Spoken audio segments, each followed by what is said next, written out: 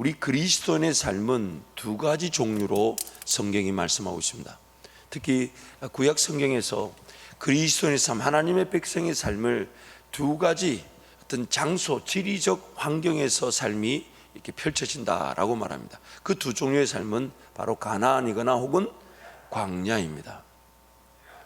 하나님께서 약속하신 땅, 그 가나안 땅, 그러나 그 가나안 땅이 아닌 곳에서도 삶이 이루어지는데 그 삶은 광야일 수 있다는 것입니다. 하나님의 백성들의 삶은 하나님과 동행함으로 하나님의 나라와 의를 이루는 하나님의 영광을 위해 살아가는 삶입니다. 이러한 삶을 위해 하나님께서는 하나님의 백성 이스라엘을 애굽에서 민족으로 성장하게 하시고 출애굽 후 약속의 땅 가나안으로 인도하셨던 것입니다. 그래서 시편 105편 말씀에 가보면 그런 말씀이 있어요.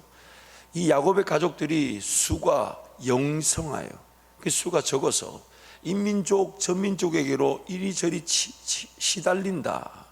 그래서 하나님께서 한 사람을 구별하여 애굽으로 보내셨는데 그가 바로 요셉이었다. 그러면서 그 요셉의 삶을 이렇게 이해하죠. 발에 착고가 채이고 온갖 고통과 고난을 당하지만 여호와의 말씀이 그를 단련하시고 여호와의 말씀이 응할 때까지 그 말씀이 그를 이끌어 가셨다. 그리고 그 말씀의 훈련 끝에 세상의 모든 지식자들과 권세자들이 하나님의 그 말씀에 훈련받은 요셉 앞에 머리를 숙이고 요셉이 쓰임을 받는, 그리고 요셉의 쓰임을 받은 걸 통해 그 야곱의 가족들, 아버지의 가족들이 애굽으로 내려가고 거기서 한 민족으로 성장시키는 것이 하나님의 계획이었다는 것이죠. 그래서 그 수가 적은 것으로 인하여 이 민족 저 민족으로 치우치지 않게 하시기 위해 애굽으로 보냈고, 그리고 애굽에서 민족으로 자라게 하시고, 그리고 민족으로 자란 그 이스라엘 백성들은 약속의 땅, 그 애굽 땅, 세상에 머물 것이 아니라 약속의 땅으로 돌려져 지나가는 것이 바로 하나님의 뜻이었습니다. 물론 신학적인 해석에는 조금 무리수가 있을지 몰라도 그러나 분명한 것은 그 애굽에서의 삶도 분명히 하나님의 백성들을 길러내는 하나님의 방식이었다는 것입니다. 특히 우리 자녀들에게 하나님을 알아가는 이 신성교육, 성경을 통해 하나님을 알아가고 경험하고 배우고 또한 삶의 자리에서 기도하며 하나님을 섬기는 법을 배우겠지만은 그러나 세상의 공립교육도, 세상의 어떤 교육도 분명히 하나님께서 은혜를 베풀어 주셔서 그 가운데 세우신 것입니다. 그래서 그 가운데서 그 교육을 통해 그 세상에서의 빛과 소금의 역할, 또한 그 관계 속에서 세상과 구분되어진, 동떨어진 세상과 다른 사람들이 아니라 세상을 살아가나 세상이 감당치 못할 하나님의 능력과 권세를 그들 가운데 맛보게 하는 세상과 구별된 자들, 예배자들로 삶을 살아가는 것, 그것이 바로 하나님의 뜻인 것입니다. 그래서 하나님의 백성이 하나님의 땅 가나안에서 하나님의 능력과 권세를 통해 그 땅을 온전히 차지하여 하나님의 통치와 다스리심으로 세워지는 나라를 세우고 확장하는 것이 창조와 구원의 목적입니다. 나라를 이루는 요소는 세 가지입니다. 첫 번째 주권이죠. 두 번째 백성입니다. 세 번째 땅 영토입니다. 하나님의 나라를 이루는 그 주권은 다름 아닌 하나님이 주인 되시는 주권과 또한 하나님의 백성이 하나님을 섬기면서 하나님이 약속하신 땅에서 하나님의 주권, 하나님의 다스리심, 하나님의 통치를 그 백성들이 드러내는 삶, 그 하나님의 백성들이 하나님의 다스리심을 드러냈을 때 어떤 일이 일어납니까? 하나님의 백성들부터 하나님의 법에 즐거움을 느끼게 됩니다. 하나님의 인도하심에 행복하게 됩니다. 하나님의 도우심에 삶이 자유와 안식을 누리게 됩니다. 그래서 그 하나님의 백성들이 하나님의 통치와 하나님의 다스리심을 하나님의 법을 통해 배우고 익히고 그것을 즐기고 누리고 행복함으로써 그 하나님을 알지 못한 자들에게 그 법을 소개하는 겁니다. 너희도 우리처럼 하나님을 섬겨보아라. 너희도 우리처럼 하나님을 따라보아라. 그 하나님의 법이 얼마나 우리를 자유하게 하는지, 얼마나 우리를 행복하게 하는지, 얼마나 우리에게 기쁨을 주는지, 얼마나 우리에게 평안을 주는지. 그래서 하나님의 그 주인 되심이 우리 하나님의 백성이라는 저와 여러분을 통해 이 땅에 하나님의 법, 자유케 하고 행복케 하고 안식케 하고 평안케 하고 기쁨을 주는 법과 질서로 맛보아지고 그것이 누려질 때에 그 법을 모르는 자들이 그 법을 알고자 하며 하나님의 질서를 존중하고자 하며 하나님을 따르고자 할 때에 그들도 우리처럼 하나님을 만나 하나님의 백성들로 세워지게 되고 그들이 서 있는 그 땅도 하나님의 땅으로 회복되어지는 것입니다. 그래서 하나님은 이 구약에서 그 땅의 개념을 굉장히 중요하게 여기셨던 것입니다. 하나님만을 따르고 하나님만을 섬기며 하나님만을 의지할 때에 하나님의 땅에서 하나님의 백성이 자유하게 되며 하나님의 땅은 이 땅 모든 것으로 확산되어져 가는, 즉 생육하고 번성하고 땅에 충만하고 땅을 다스리는 창조의 목적을 이루게 되는 것입니다. 그래서 안타까운 것은 하나님의 백성임에도 하나님을 하나님답게 믿지 못하고 경험하지 못하고 순종하지 못하여 하나님의 땅에 들어가지 못하는 경우가 있더라는 것입니다.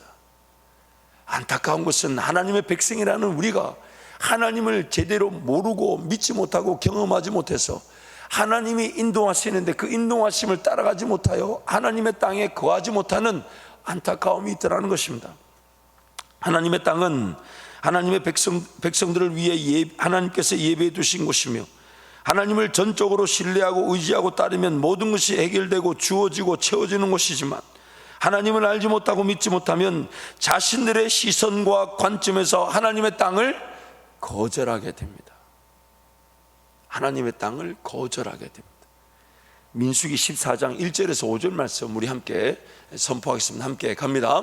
온 회중이 소리를 높여 부르짖으며 백성이 밤새도록 통곡하였더라. 이스라엘 자손이 다 모세와 아론을 원망하며 온 회중이 그들에게 이르되 우리가 애굽 땅에서 죽었거나 이 광야에서 죽었으면 좋았을 것을 어찌하여 여호와가 우리를 그 땅으로 인도하여 칼에 쓰러지게 하려 하는가? 우리 처자가 사로잡히리니 애굽으로 돌아가는 것이 낫지 아니하랴. 이에 서로 말하되 우리가 한 지휘관을 세우고 애굽으로 돌아가자 하매 모세와 아론이 이스라엘 자손의 온 회중 앞에서 엎드린지라. 하나님께서 지금 애굽에서 민족이 되게 하신 다음에 그 민족이 된 이스라엘 백성들을 지금 이끌고 약속의 땅, 왜냐하면 하나님의 땅에서 하나님의 백성들이 하나님과 동행하게 되니까요. 그 땅으로 데리고 갔는데 그 이스라엘 백성들이 자신들의 능력, 자신들의 실력, 내가 할 수 있다, 내가 이 땅을 차지할 수 있을 것 같다, 이 정도 일은 내가 할 수 있을 것 같다, 그 자신들의 시선과 관점에서 하나님의 인도하심을 평가하는 순간 두려워서 못 들어갔다는 거예요. 그 가나안 땅에 갔더니 아낙 자손과 같은 블레셋에서 나오는 골리앗이죠. 골리앗 같은 사람들이 있더라. 당시만 해도 이스라엘 백성들은 칼 한 자루 제대로 가지고 있지 않는데 그 사람들은 전쟁의 무기가 많고 성이 견고하게 서 있어서 제대로 무기 하나 갖추고 있지 못한 우리는 그 땅을 차지하지 못할 것이다. 비록 하나님 말씀하신 대로 적과 꿀이 흐르고, 그래서 그 정탐을 하러 갔던 사람들이 양 두 사람이 메고 올 정도의 큰 그런 과일 열매를 따가지고 메고 와놓고서는 그 땅을 그렇게 자신들의 시선과 관점, 실력과 능력 한계 안에서 못 들어가. 그래서 그때 그들이 했던 말이 있죠. 그 가나안 땅의 백성들에 비하면 우리는 메뚜기에 불과하다. 그렇게 하나님의 그 말씀, 인도하심을 믿지 못했던 것입니다. 그 일이 오늘 우리에게도 일어날 수 있다는 거예요. 삶을 바라볼 때 이건 내가 할 수 있어, 내가 원해, 내 실력으로 가능해. 아닙니다, 여러분. 내 실력으로 가능한 건 한 가지면 충분합니다. 내 시선과 내 관점에서 내가 할 수 있다라고 고백하는 건 한 가지면 충분해. 그게 뭐냐면 하나님이 도우실 것입니다. 하나님이 도우실 것입니다. 내 인간적 생각과 능력, 시선과 관점에서 내가 할 수 있는 말은 이 한 가지면 충분합니다. 내 삶을 하나님이 도우실 것입니다. 비록 내 눈앞에 보이는 그 적들이 크고 문제가 크고 어려움이 크고 안 될 것처럼 보여도 하나님이 나와 함께하고 계시니까 하나님이 도우실 것입니다. 하나님이 인도해 주실 것입니다. 하나님이 헤쳐나가게 하실 것입니다. 하나님이 길이 되어 주실 것입니다. 하나님이 걸어갈 수 있도록 힘이 되어 주실 것입니다. 하나님이 나의 하나님이십니다. 우리의 시선과 관점, 능력과 실력은 이거 하나면 충분합니다. 그러나 모든 세상의 실력과 능력, 심지어 부와 명예와 힘을 가졌다 할지라도 하나님이 나와 함께 하신다는 그 믿음이 없이는요, 그가 가진 모든 것들은 아무 소용이 없습니다. 아무리 많은 실력을 갖추고 똑똑하고 좋은 위치, 영향력, 인정받고 존중받는다 해도 하나님이 나와 함께 하신다는 믿음이 없으면 그가 가진 건 아무것도 아닙니다. 우리 인생이 그래요. 언제 어떻게 어떤 문제를 만날지 모릅니다. 어떤 어려움을 만날지를 모릅니다. 그 어떤 것도 가늠할 수가 없습니다. 그러나 막상 그 어려움과 문제를 당하게 되면 우리 힘으로 감당할 수 있는 건 아무것도 없습니다. 어차피 하나님 은혜로 감당이 될 것인데, 세상적인 실력을 갖추며 또한 세상이 존중하고 인정하는 방식에서 리더가 되고 또한 그 영향력과 그 가치도 분명히 가질 수 있으면 가져야 합니다. 그러나 더 중요한 것은 하나님이 나와 함께 하신다는 것입니다. 내 실력과 내 시선과 내 관점 안에 하나님을 가둬두지 않는 것입니다. 그래서 내용을 이어가면 그 이스라엘 백성들은 결국 거역함으로써 그들이 갈 수 있는 땅은 영적으로나 지리적으로나 광야밖에 없었습니다. 이스라엘 백성들에게 하나님 가나안 땅을 약속했지만 그 가나안 땅을 자신들의 눈에서 못 간다고 거절하는 순간 그 이스라엘 땅의 지도를 보면요, 그들이 갈 수 있는 땅은 사막, 광야밖에 없었습니다. 이게 오늘 우리 성도들과 또한 우리 다음 세대, 특히 청년들에게 도전이 되면 좋겠습니다. 두렵고 떨리더라도 하나님 앞에 끝까지 인내하고 기다려서 쉽게 결정하지 않는 거예요. 무엇을 결정하지 않냐면 이건 어려운 것 같아, 이건 힘든 것 같아, 이건 안 되는 것 같아, 그렇게 말하고 포기할 게 아니라 하나님은 어떻게 생각하십니까? 하나님, 이것이 저를 향한 가나안 땅이라면 놓치고 싶지 않습니다. 하나님이라면 어떻게 하시겠습니까?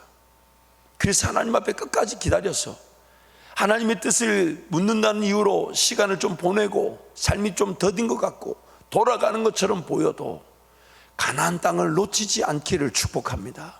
하나님이 인도하신 그 땅을 놓치지 않고, 왜냐하면요, 우리가 하나님의 땅을, 가나안 땅을 내 실력 내 능력으로 거절하는 순간 살 수 있는 땅은 사막밖에 없어요. 광야밖에 없어요. 조금 더 말씀 나누겠지만 물론 그 광야 사막에서도 하나님은 낮에는 구름 기둥으로 밤에는 불 기둥으로 만나와 메추라기와 반석의 물로 그들과 함께 하셨습니다. 그러나 성경이 말하기를 그 가나안 땅을 거절했던 이스라엘 백성들은 40년 광야 땅에서 소멸되어졌다고 말합니다. 꿈을 꿔보질 못했습니다. 비전을 가져보질 못했어요. 무엇을 심어보고 열매를 거두지를 못했습니다. 왜냐하면 사막에는 어디 하나, 풀 한 포기 하나 자랄 수 있는 곳이 없기 때문입니다.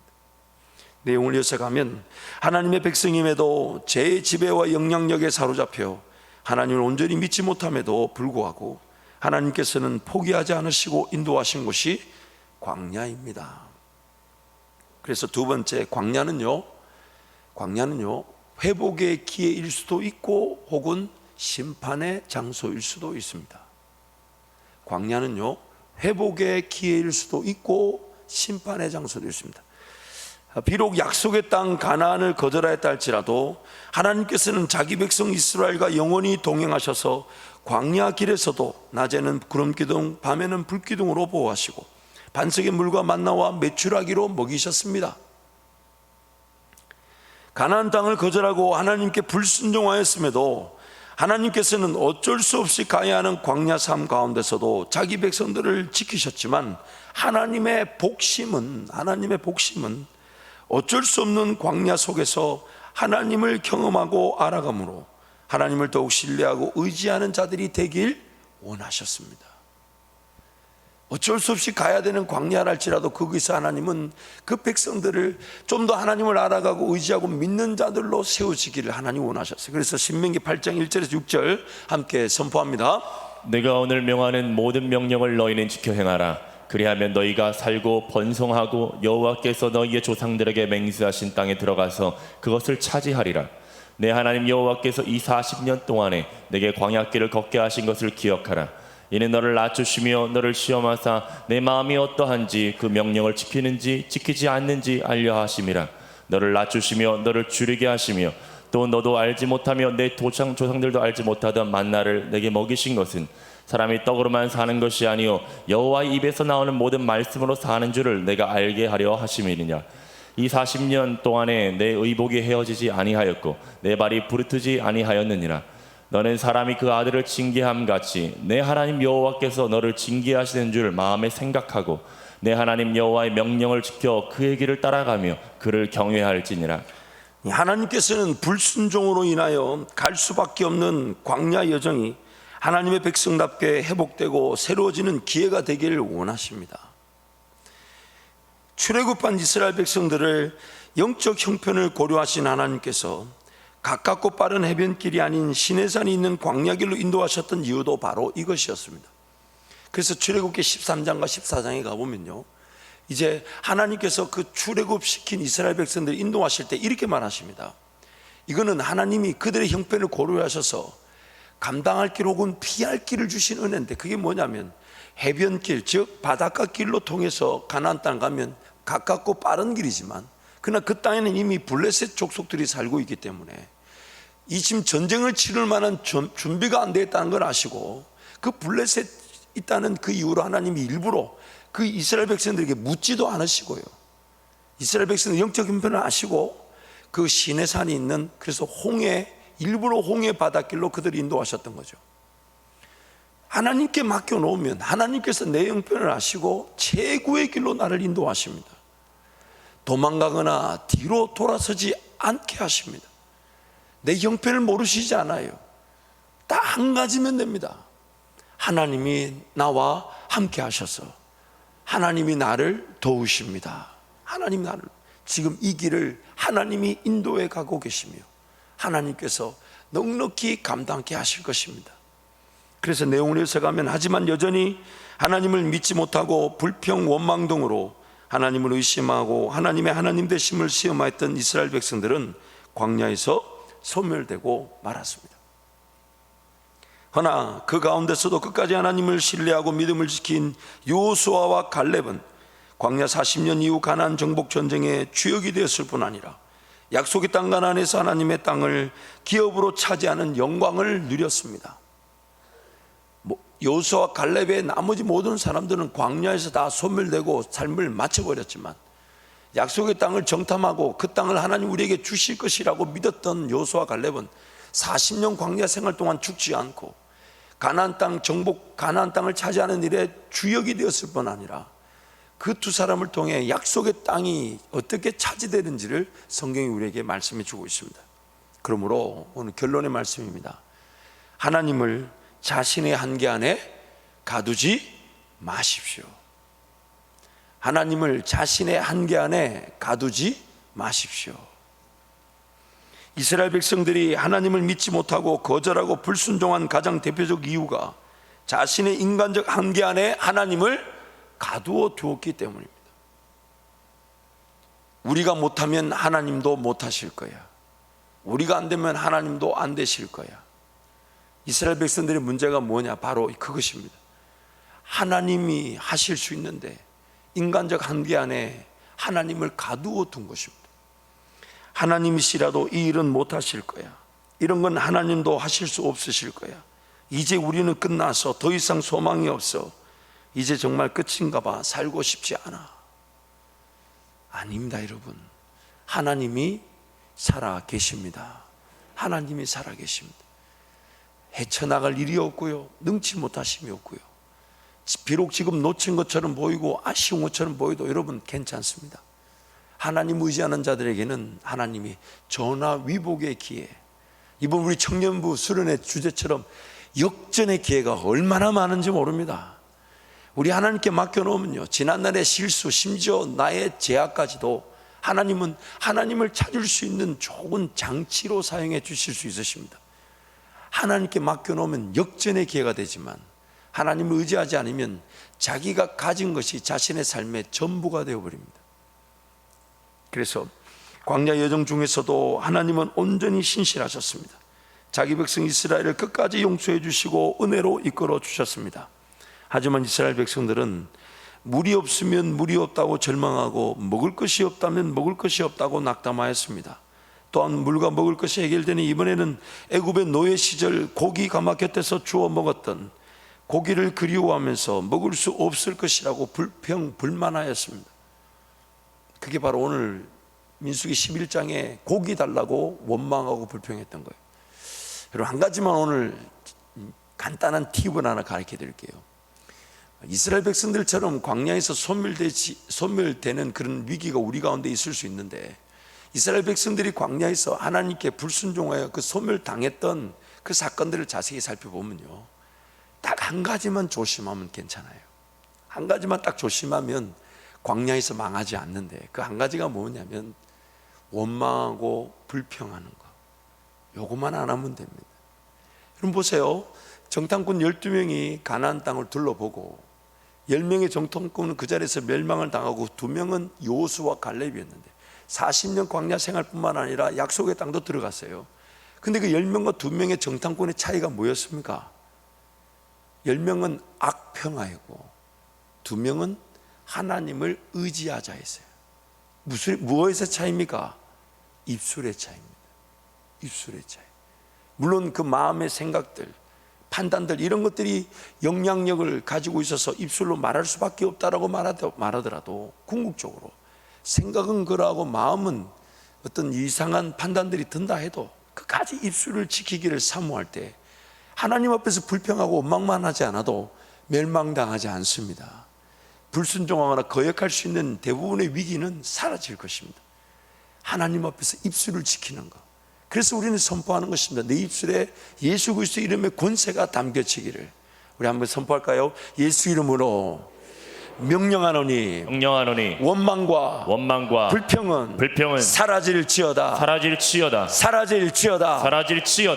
하나님이 하실 수 있으십니다. 아멘. 따라 하실까요? 하나님께서 영원히 나와 함께 하십니다.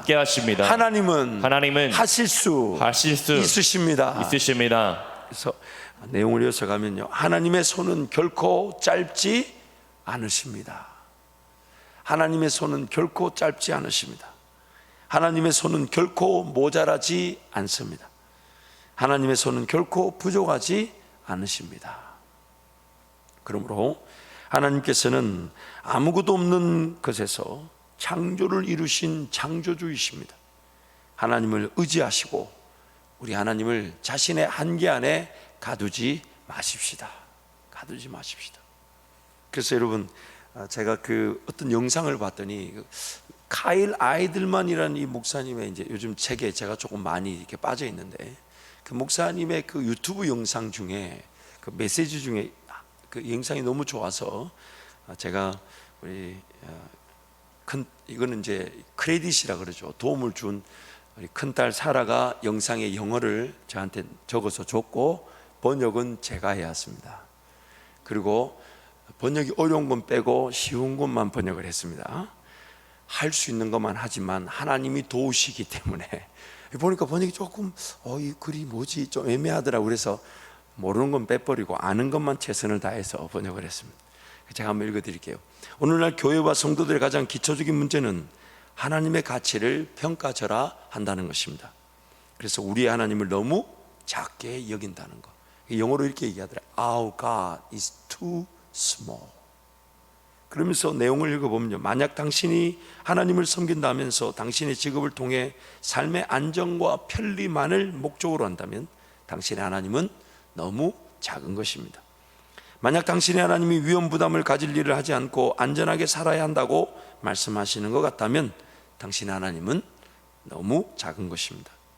만약 당신의 하나님을 알라딘의 램프 속 지니처럼 어떤 소원이든 이루시는 분으로 여기고 있다면 당신의 하나님은 너무 작은 것입니다. 만약 당신의 하나님을 당신의 일정상의 일들을 제때에 처리하시는 분 정도로만 여기고 있다면 당신의 하나님은 너무 작은 것입니다. 만약 당신의 하나님을 전형적인 백인으로서 다른 민족들보다 미국인들을 더 사랑한다고 여긴다면 당신의 하나님은 너무 작은 것입니다. 만약 당신의 하나님이 하나님의 은혜를 누리도록 언제든지 오라고 하시는 분이지만 세상을 향해 가라고 하시는 분이 아니라면 당신의 하나님은 너무 작은 것입니다. 만약 당신의 하나님이 당신에게 당신의 재정 규모를 넘어선 역사를 요구하는 분이 아니라고 여긴다면 당신의 하나님은 너무 작은 것입니다. 만약 당신의 하나님을 당신의 인생이 어느 정도 기간 동안 안전하게 직장 생활 후 은퇴하고 은퇴연금으로 편안하게 하나님을 예배하는 것을 기대하시는 분이라고 여긴다면 당신의 하나님은 너무 작은 것입니다. 만약 당신의 하나님이 어느 교파나 교단의 하나님으로만 여겨진다면 당신의 하나님은 너무 작은 것입니다. 만약 당신의 하나님을 일주일에 한 번 1시간 교회당에서 만나는 분으로 여긴다면 당신의 하나님은 너무 작은 것입니다. 만약 당신의 하나님을 당신이 너무 늙었고 너무 가난하고 너무 부족하고 너무 연약하고 너무 배우지 못해서 당신을 사용할 수 없다고 여긴다면 당신의 하나님은 너무 작은 것입니다.